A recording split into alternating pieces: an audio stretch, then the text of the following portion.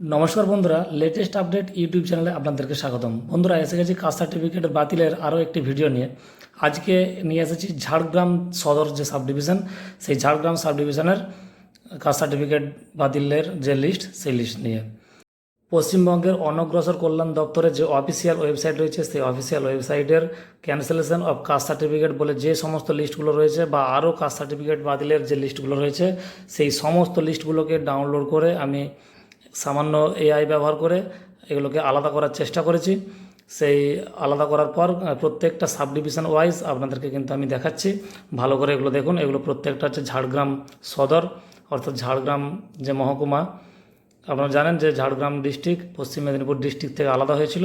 আলাদা হওয়ার পর ঝাড়গ্রামের যে মহকুমা, সেটা কিন্তু একটাই মহকুমা। গোটা ঝাড়গ্রাম ডিস্ট্রিক্ট একটা মহকুমা নিয়ে তৈরি হয়েছে। তো যাই হোক, ঝাড়গ্রাম মানি জঙ্গলমহল, জঙ্গলমহল মানি সেখানে হচ্ছে তপশিলি জাতি এবং তপশিলি উপজাতি সম্প্রদায়ের অধ্যুষিত মানুষজন কিন্তু সেখানে রয়েছেন। কিন্তু তা সত্ত্বেও সেখানকার বেশ কিছু মানুষ কিন্তু দেখুন, নামগুলো দেখুন আপনারা, এরা কিন্তু এসসি অথবা এসটি সার্টিফিকেট কিন্তু বানিয়েছিল। আপনারা জানেন এই সমস্ত কাস্ট সার্টিফিকেটগুলো সম্পূর্ণ বেআইনি এবং এদের যে সার্টিফিকেট এরা যে বানিয়েছিল সেগুলো ফেক ডকুমেন্টস কিছু দিয়েই নিশ্চয়ই তৈরি করেছিল, নইলে বাতিল হওয়ার তো কথা নয়। আর আপনারা জানেন যে রাজ্য সরকার কিন্তু 2011 সালের পর ইস্যু হওয়া সমস্ত কাস্ট সার্টিফিকেট রিভেরিফিকেশন করার অর্ডার দিয়েছিল, কিন্তু কলকাতা হাইকোর্ট সেটা সম্পূর্ণ স্থগিত করে দেয় এবং স্থগিত করে দেওয়ার ফলে এই রিভেরিফিকেশন কিন্তু বন্ধ হয়ে গেছে। কিন্তু যে সার্টিফিকেটগুলো আপনারা দেখতে পাচ্ছেন, আমি এর আগে ভিডিওতে দিয়েছি, সেগুলো হচ্ছে অভিযোগের মাধ্যমে। অর্থাৎ এই সমস্ত কাস্ট সার্টিফিকেটগুলোর বিরুদ্ধে কোনো কেউ অভিযোগ করেছিল, যার কারণে কিন্তু এই সমস্ত কাস্ট সার্টিফিকেটের ভেরিফিকেশন হয় এবং ভেরিফিকেশনে বাদ হয়।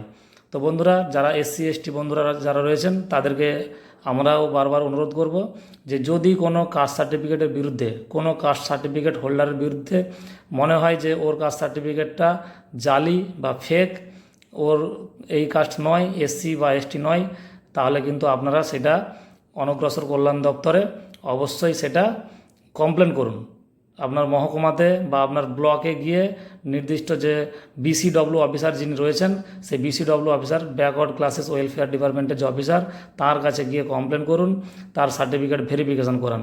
কারণ এই সমস্ত কাস্ট সার্টিফিকেটগুলো হচ্ছে বংশ পরম্পরায় বজায় থাকবে। অর্থাৎ একবার যদি কেউ এসসি এসটি বা ওবিসি কাস্ট সার্টিফিকেট বানিয়ে ফেলে, তাহলে কিন্তু সেটা বংশ পরম্পরায় সেটা বজায় থাকবে, ছেলে নাতি সবাই কিন্তু পেতে থাকবে।